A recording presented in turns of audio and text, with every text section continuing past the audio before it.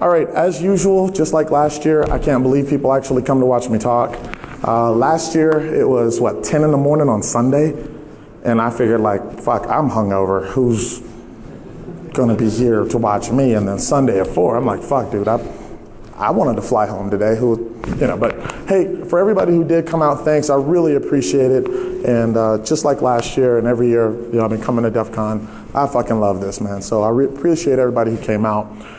All right, so this year's talk is you spent all that money and you still got owned. So I've been doing a lot of pen testing, and I'm going all over to all these different countries in pen testing, and I'm running up against all these different defensive things. Application firewalls, WAFs, and IPSs, and NAC solutions, and we're still giving them the beatdown, like pretty freaking bad.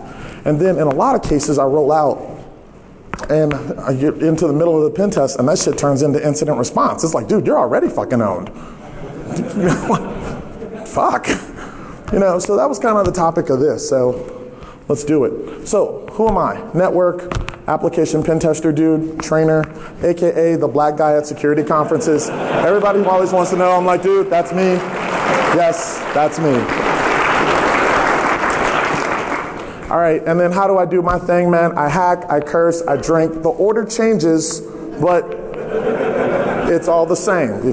So if you don't like people who say the word fuck, you might want to get up and leave. Okay? All right, so I always do this because, it's that nostalgia, especially since I'm here at Defcon, man. Let me take you back, all right? So this is 10 years I've been doing this Defcon thing, man. And for me, back in the old days, man, pen testing was easy. So we would just tell the customer, hey, dude, we're security people. And the customer would be like, oh, okay. Oh, damn. The security people are here. And then, we would break out our open source tools like Nessus. Who remembers when Nessus was free? Shit. So we would break out our shit, man, and it would be like, yo, they're coming in here with Nmap and Nessus and all this open source stuff. And then we would go out, hit our websites like rootshell.be, PacketStorm. Anybody? Who's with me? That's what I'm talking about, right? The good old fucking days when you would just yank down your shit, fucking compile it and be like, yo, fuck, I need these libraries from over here, and then / the fucking planet and just drop shells every fucking where. So then we would take screenshots and be like, yo, man, we gave your network the fucking beatdown. Here's the report. Right? And then after that, it was like this. Remember that shit? Remember that shit? Your network fucking sucks. Pay me. Well, today, man, everybody's a CISSP. And then, do you guys go through this? The dude who hires you thinks he knows more than you. And, sometimes he actually does. But, fuck, why'd you hire me then? So he's like, well, we're doing this. We've got the IDS, we got the IPS, we got the NAC, we got the WAF, we got the this, we got the that. So I'm rolling out there, and I'm like, this is some bullshit. So let me walk you through a little story. Now, anybody who does my talks knows that I always got a story. So, story. I'm pen testing this client about 1.5 years ago. I get out there, and the customer's like, okay, Joe, well, you've already been auditing these subnets. Can I get you to go over to this subnet and do a VLAN ACL audit? Okay, now, have any of you ever done a VLAN ACL audit? Okay, well, you guys are smarter than me, because I had never done one. So I'm back there, I'm like, what exactly do you want me to audit? He was like, well, audit the VLANs. So, all right, I go over and I look at the config, and I'm sitting with the network admin, and they've got, for 300 users, 90 VLANs.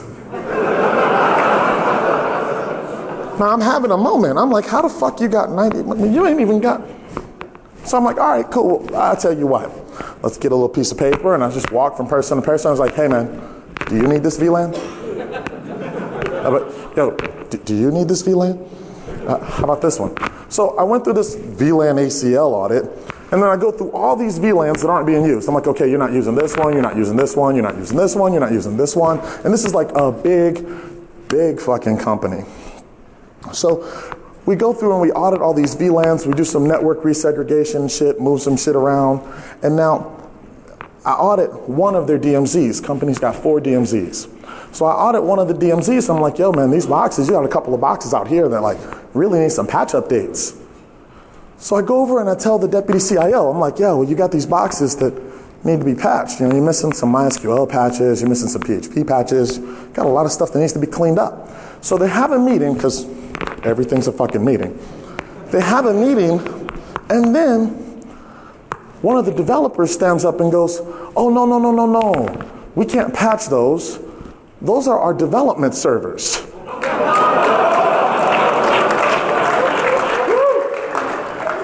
And I'm like, is this shit passing the common sense test? You got your fucking dev servers in the DMZ? Like,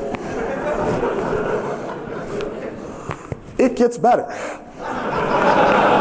So I'm out there and I'm working with the client a little bit more, and I start to do my little pen test thing, and I drop a couple shells. I'm like, oh man, this network is fucked up because it's too easy to drop shells. Client says, well, how come our IDS didn't catch you? And I was like, there's an IDS? So he goes, yeah, we're being monitored by, I can't say the name because some of y'all have probably worked for him. So the company had hired another company to outsource their IDS, right? To do the management reports and all that kind of bullshit. So we go over and we go look at the box. I'm like, well, yo, man, do I have creds on the box? Mind if I just take a quick look? So to give me creds on the box, I try to log into this fucking thing, and this thing takes like fucking 2 minutes to log in. Over SSH. I'm like, what the fuck? So I log in, and I'm like, this bitch is slow as hell. So I run check rootkit. This motherfucker's got 4 rootkits on it.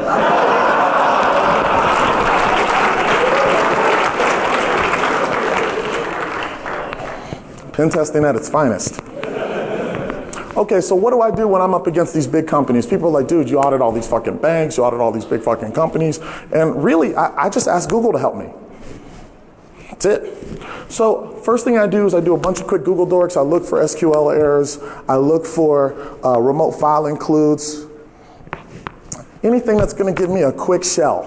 Okay? Always go for the quick shell. Go for the fucking jugular when you're on a pen test, dude. Don't do all that bitch scanning shit. Go for the fucking jugular. Okay, so I always look for SQL injection, always look for RFIs, always look for cross-site scripting.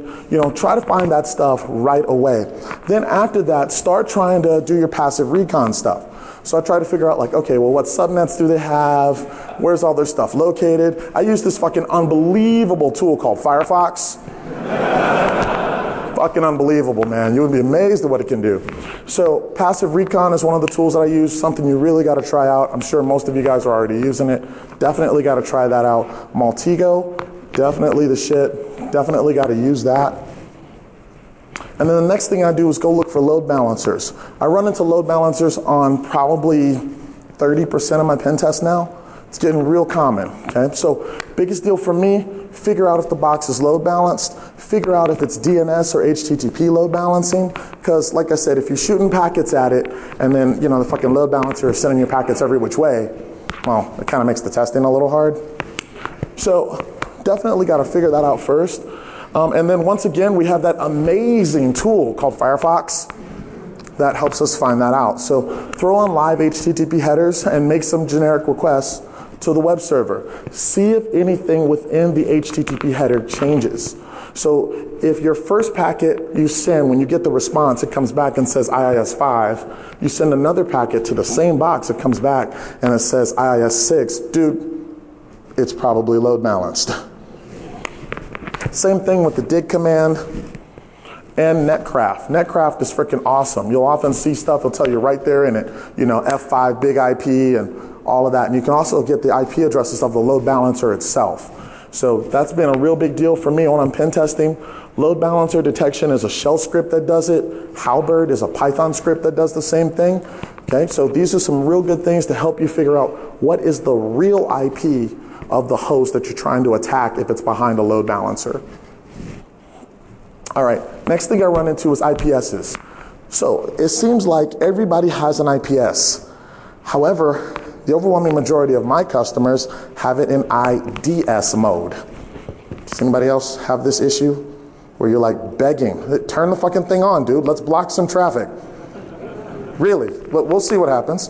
Okay, who's of the belief that if we block some legitimate traffic, we'll make note of it, and then we'll allow that? So fuck it, let's block all the rest of the shit. Who's with me?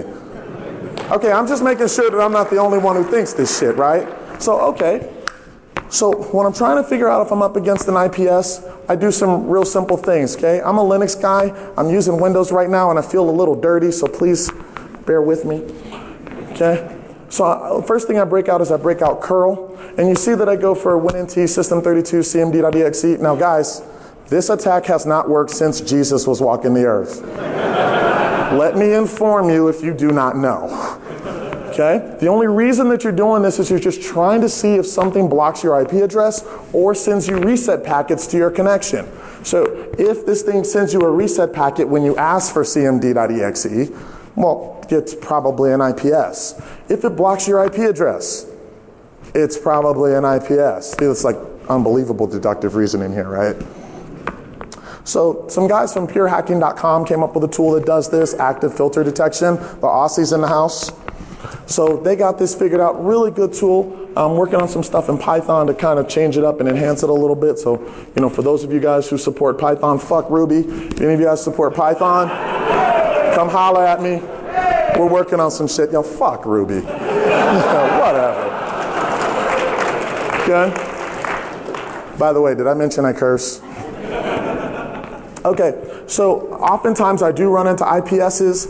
What I generally do is I just shoot, you know, for 3 or 4 IPs. So I shoot from a couple of different IPs to try and see if I get reset packets or if I get my IP blocked. So once I know I'm up against an IPS, the next thing I try to do is see if the IPS can handle SSL.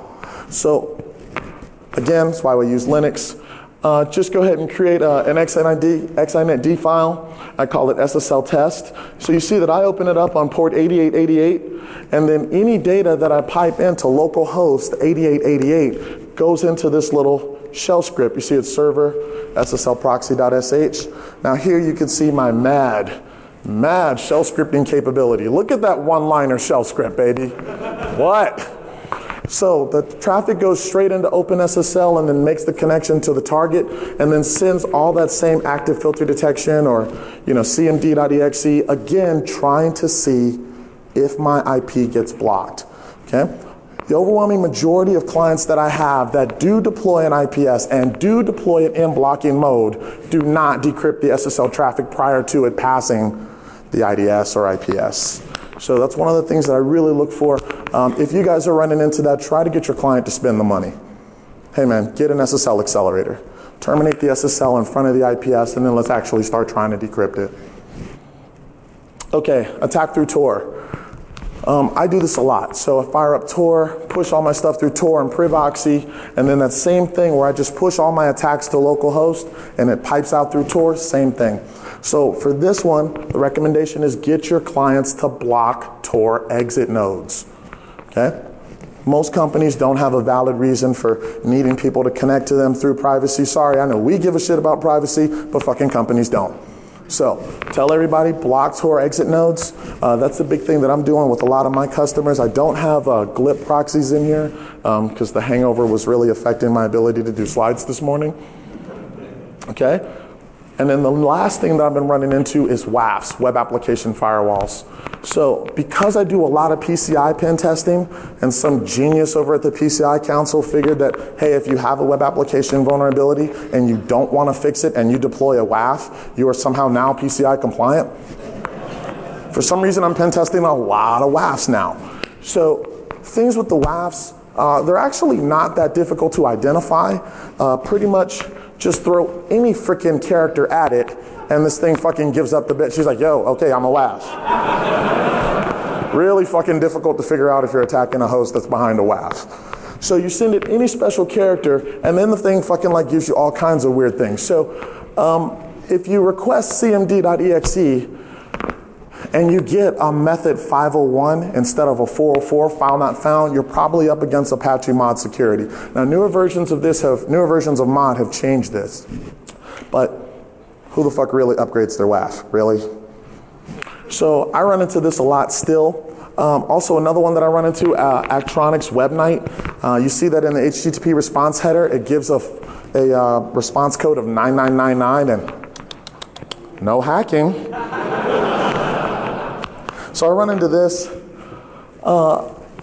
if you're seeing that you're not up against one, just start adding things to it to see what it does and see if it gives you a 404 for a file that it should not have. I request joe.exe and then I request netcat.exe, nc.exe, and I just look at the differences between them. I mean, that's it. If you send a good request that gives you a 200 OK, you send a bad request for a file that doesn't exist, and then it gives you a 404, and then all of a sudden you insert something for cross-site scripting and it gives you a completely different error, you're up against some sort of defensive mechanism.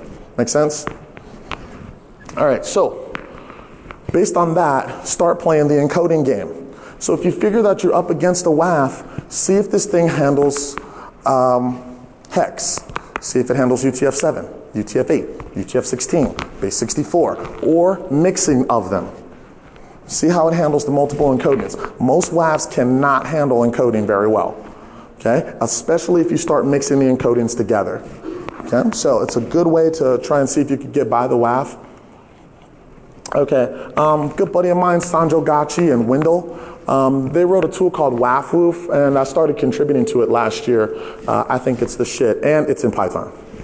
So, the cool thing that we're doing here is we're fingerprinting the HTTP response headers and we're identifying web application firewalls. And I fucking love it. So right now we've got a pretty good list, about 10 or 12 WAFs, and the list is getting bigger and bigger. The next thing that we're working on is called WAF Fun, where we're gonna work on a tool that actually brute forces web application firewall rule sets. And it's in Python. So I'm real excited about that, guys. I really wish that we had made more progress with it, but working, drinking, working and drinking, it was kind of hard to get the tool done so that I could have a working demo. But hopefully, the next couple of conferences and next year we'll have a working demo of WAF Fun, so you can see the brute forcing WAF rule sets. I think that's going to be the shit. Okay. All right. So quick thing that I use, Gary O'Leary Steele, he wrote a tool called Unicode Fun, and it's great for it's Ruby, I know, but. Fuck Ruby. So we're going to get that shit moved over to Python, and in my tool, it's going to be in Python. So we're putting that in Python, and we'll do the different encoding. We want to make a tool specifically for web application attacks that's going to be part of the WAFit framework. WAFit framework will include WAF Fun and WAFWoof, and we'll specifically be working on multiple encodings and proxy awareness so that it can jump on Tor and it can jump on glib proxies while it's doing all these different things. So that's really what we're looking for. Okay, we already talked about attacking websites through Tor. I talked about this a little bit last year. I don't know if anybody here works for .NET Defender or whatever fucking company makes .NET Defender. We found that their ability to defend against SQL injection, how do I articulate this? Fucking sucked. So if you throw, like right here, this is a generic cross-site scripting attack. So it says script alert XSS. And the fucking thing is like, danger, Will Robinson, danger, we've run into cross-site scripting. And then it gives you this big message that says, dude, we fucking blocked you. So now, here I'm trying SQL injection with no encoding at all. And .NET Defender doesn't care. So, they block some SQL injection, specific statements like the word select. This is the height of IDS and WAF technology, right? I'm going to block the word select. So if you encode it in Unicode, you walk right by it. So they decided to fix this last year, but they didn't fix any other encoding.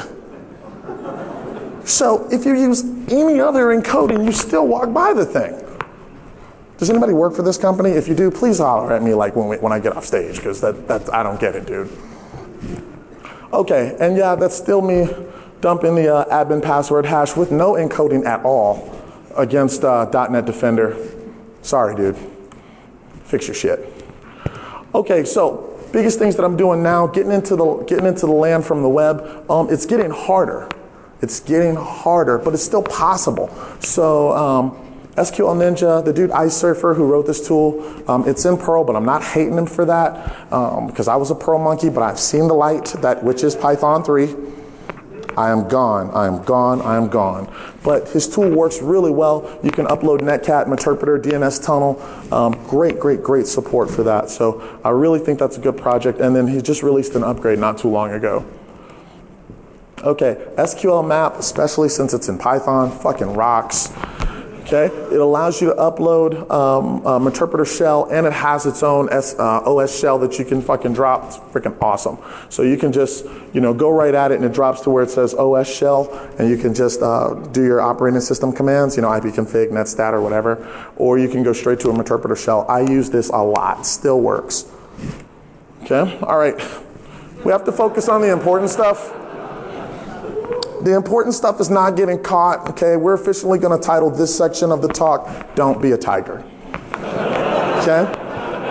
The goal when you're doing this is not to get caught. I don't know. Who thinks Tiger's a punk? Tiger's a fucking punk. Okay, help me here.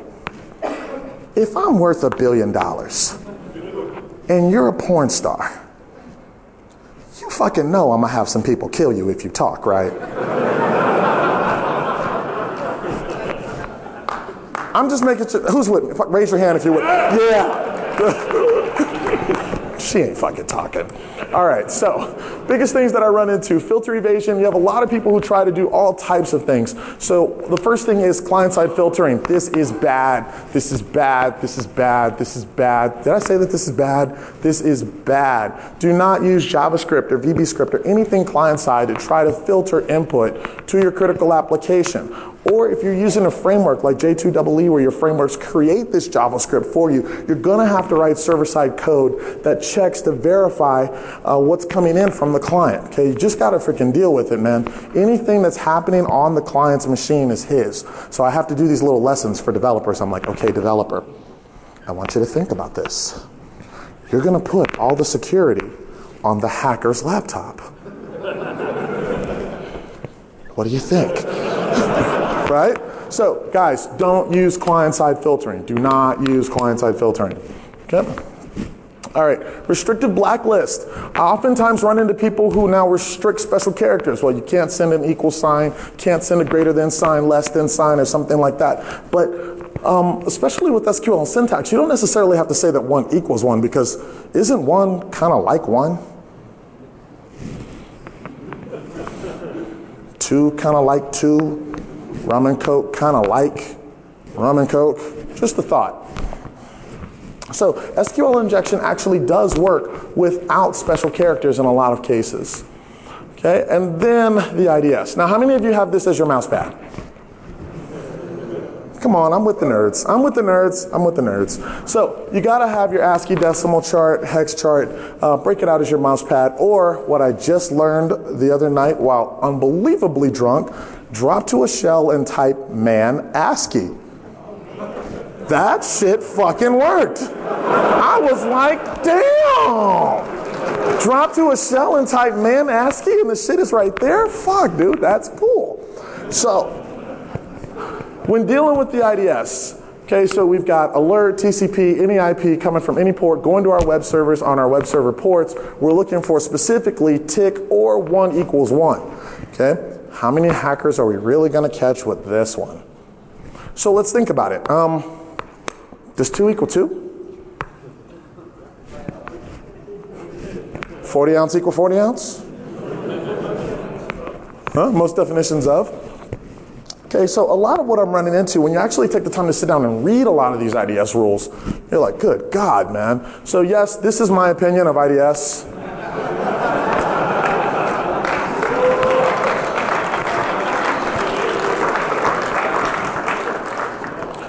Okay, and you're starting to see that it really doesn't matter. I mean, you know, as people do like this and or, and they're looking for still 1 equals 1 or 9 equals 9 or, you know, anything like that, you're going to find that, man, it's just it's a losing cause. And thank God, SQL map does all this obfuscation that I'm showing you up here by default, and it's in Python. Okay, so the same thing that I'm showing you here where I did my OR2 and select user, where in this case I put the entire thing in hex. Okay, you can do this in Unicode, you can do it in UTF-7, UTF-8, UTF-16, all these different, you know, encodings. It doesn't matter. Base 64, it doesn't matter. Okay, this stuff works. It works at getting by a lot of IDSs and WAFs. Okay, last thing. The one product in the PHP space that I think is absolutely the shit is PHP IDS. I think it's fucking cool as shit. Now, they've got something on their website, so if you go to demo.phpids.net, they've got a smoke test, where with the smoke test, you can put in all of your SQL injection, cross-site scripting, or web application attacks, and it shows you what signatures it flags. So you can keep practicing your kung fu right here, like, okay, well, I tried it this way, it got flagged. I tried it this way, the number of signatures it flagged was less, and you just keep working and keep working and keep working until that bad boy finally tells you, it's good. Okay, that's what you gotta do. So you just keep working on your kung fu and working on your kung fu until you find something that's gonna bypass most of the rules. Now, Mod Security has teamed up with PHP IDS, and they've got their own smoke test. And again, I was a little hungover, so I didn't add it to my slides. But they've got their own smoke test where it actually loads the Mod Security CRS core rule set and PHP IDS and snort rules, all in one web interface. So you just keep throwing it in there until it bypasses all of those, and fucking smooth sailing. All right, so signature IDS, it's a fucking joke. IPS and WAF, it's a fucking joke. And then, at least what I'm running into, I don't really have clients who really look at it anyway. So they bought it, but looking at it, that's a different story. Now, for those of you who are IDS analysts and WAF people where you actually man the thing all fucking day, I know I talk a lot of shit, but I feel your pain because I used to do your job, and there's not enough alcohol in the world for the job that you do. All right, so right now, the overwhelming majority of stuff that I'm doing is what I just showed you, getting in through the web. So, like I said, you deal with the IDS, you deal with the IPS, and then pretty much it's web shit. Remote file include, WAR file upload. Who's been giving JBoss the beat down with the WAR file upload? That shit fucking rocks. So, WAR file uploads with JBoss, SQL injection, just encoding some sort of way so that I can get into it. That usually gives me a shell either in the LAN or in the DMZ, and I try to work from there. After that, I do the unbelievable thing and send the client email, because it fucking works. So I send the client email, client side with Metasploit, it's beautiful. So you just choose whatever the latest browser, PDF, ActiveX, or file format exploit is. Make sure it's reverse TCP shell. And now Metasploit has reverse HTTPS. Freaking beautiful. The only bad thing about it is it's fucking written in Ruby. Okay, so our Python tool is set. So to me, set is some next level shit. I think, man, Relic is doing some unbelievable shit with set. So guys, for me, round of applause to Relic. This is what we need. This is what we need so that we can illustrate the point of what's going on. The hacker community does not port scan your networks anymore. And if they are port scanning your networks, those are fucking busters anyway. They're probably not gonna get a real shell, okay? Real hackers are, pushing everything with, these drive-by downloads and, freaking email type stuff. This is where it's going. So setting up fake websites, spear phishing, and all that kind of stuff, that's the kind of thing that we've got to get clients to understand needs to happen in your pen test, okay? If you deal with the same client that I had who just stood up and says, Joe, well, I'm not going to pay you to tell me I need user training, okay? No, man. No, you have to replicate the real threat. This is what hackers are doing. We have to replicate that threat. So client-side pen testing is where it needs to go. Okay, pivoting into the LAN. Well, since the overwhelming majority of my attacks are client-side after my web stuff, pivoting into the LAN is important. So Metasploit supports the pivot. If not, I have a whole cab file upload thing where I upload some cab files that have all of my executables statically compiled, so there's no install. And I just use that as my workshop to pivot into the LAN. So jump right into the LAN and start moving around from there. Next thing that I look for is common LAN security solutions. So things that I run into: no DHCP, DHCP MAC reservations, port security, and NAC. So can't get on the network. Okay, now I'm kind of tying this together. So you've pivoted into the LAN via client side, or you're on the internal assessment and you have to try and get on the LAN. So my kids taught me these because they're unbelievably ineffective. So static IP addresses, I hope you don't have a client who actually says they're going to stop people by using static IPs. So we all know, steal the MAC address, we get on, right? DHCP MAC reservations, we know that we're going to steal a valid MAC and get on the network, right? Port security, you know that we're going to steal a valid MAC and get on the network. Now, who does what I do, where you walk by and you lift up the computer and you read the MAC address? You're like, cool, and now I'll go get on the network, right? Okay, NAC solutions, the biggest thing that I've been doing is look for 802.1x exceptions, okay? Things that can't support 802.1x, like printers, copiers, CD-ROM towers, all that kind of stuff is generally excluded from the NAC solution, and voice over IP phones. Hint, hint, wink, wink, nudge, nudge. So for me, that really works with getting by this stuff. Voice over IP is, to me, the best. I'm running into a lot of clients, especially since I used to work for a switching company. I'm running into a lot of clients who use automatic provisioning where they plug in a VoIP phone and then based on the MAC address and VLAN tag, they automatically migrate the phone into the voice VLAN. So you can make your Linux box look like a voice over IP phone and get bumped into the voice VLAN. So this is great for getting past NAC solutions. And then generally, you know, since most of your clients, all of your phones need to talk to the call manager, you can talk straight into the internal DMZ where all the servers are, because the call manager's right with all the other servers. It works beautifully. Okay, there's a tool called VoIP Hopper that automates this. So if you guys are liking that, just jump right on VoIP Hopper, voiphopper.sourceforge.net, jump you right into the LAN. All right, once I'm on the LAN, things that I generally do, I need to figure out who's the domain admin. Remember, we go for the fucking jugular, right? Figure out who's the domain admin. So that's what all these net commands are. So see my environment variables, that's what the set's for. And then do the net view domain, net user, net local groups. Figure out who's in what groups within the network, so that we can try to attack his machine. Now, if we're able to get local admin or local system, that's even better, because the next thing that I do is I look around the network for that specific user on that machine. So you just script all these different things to look around the network to figure out where that domain admin's box is, especially if you've already got local admin or local system. So you find where his box is and then jump on his box. Once you jump on his box, you can also use PSExec shell. So once you jump on his box, that's when I start looking to escalate privileges. So escalating privileges is one of the things that I think is really hot. On Windows XP, the old @ trick still works, even up through Service Pack 3. Who uses that? @/interactive cmd. Beautiful. So that works, and I ran into this on a bank pen test. So you're seeing that I had to kill McAfee, I had to turn off the hips, turn off intercept agent, turn off fire PM, and then I had to use all this PS kill to unhook all of this other stuff that's running.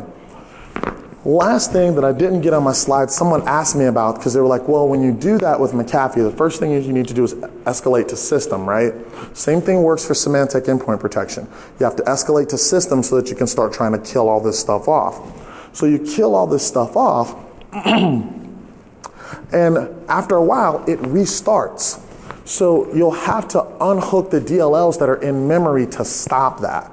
Okay, and I didn't put that in my slide, but if you holler at me later, I'll give you the syntax to do that.